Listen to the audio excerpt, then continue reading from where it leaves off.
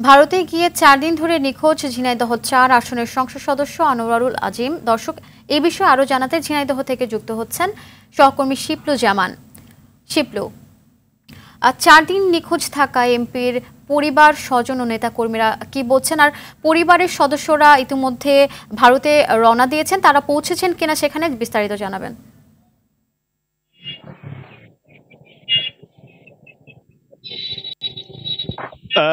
আপনি জানেন যে আমি ঠিক সকাল থেকে এই ঝিনাইদহ ৪ আসনের সংসদ সদস্য আনোয়ারুল আজিম আনারের বাসভবনের সামনে অবস্থান করছি।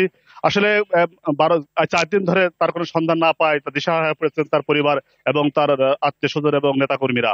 আমি যেখানটা অবস্থান করছি ঝিনাইদহ ৪ আসনের মাননীয় সংসদ সদস্য আনোয়ারুল আজিম আনারের বাসভবনে। আপনাদের দেখানোর চেষ্টা করি যে ঠিক ১২ তারিখে সকালবেলা এই বাসভবন থেকে তিনি ভারতের উদ্দেশ্যে বের হয়ে পড়েন এবং দর্শনা স্থল বন্দর দিয়ে সে গেদে বর্ডার দিয়ে সে ভারতে যায়। সেখানে তার এক বন্ধু গোপাল বিশ্বাসের বাড়িতে তিনি অবস্থান নেয়। নেওয়ার পর গোপাল বিশ্বাসের বাড়ি থেকে তিনি সকালে নাস্তা করেই চিকিৎসার জন্য বাড়ি থেকে বের হয়ে আসেন। তারপর থেকে তিনি আর বাড়ি ফিরে যাননি। তখন উদ্বিগ্ন হয়ে পড়েন। ৪ দিন ধরে তার মোবাইল বন্ধ থাকার পরে তার পরিবার পরিজন উদ্বিগ্ন হয়ে পড়ে।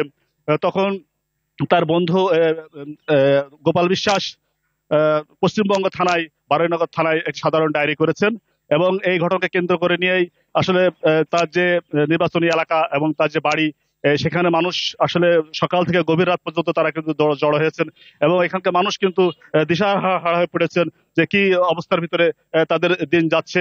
এবং আমি আজকে সকালে কথা বলেছি ভারতে তার ভাতিজা, তিনি আমাকে জানিয়েছেন যে এখনো পর্যন্ত তার কোনো সন্ধান মেলেনি। আর আসলে বোঝা যাবে যে প্রশাসনের তরফ থেকে আমাদেরকে জানানো হয়েছে তারা তৎপর আছেন। এই ছিল আমার কাছে ঝিনাইদহ ৪ আসন মাননীয় সংসদ আনোয়ারুল আজিমের বাসভবন থেকে তার খবরের সর্বশেষ সংবাদ। জি, ধন্যবাদ আপনাকে।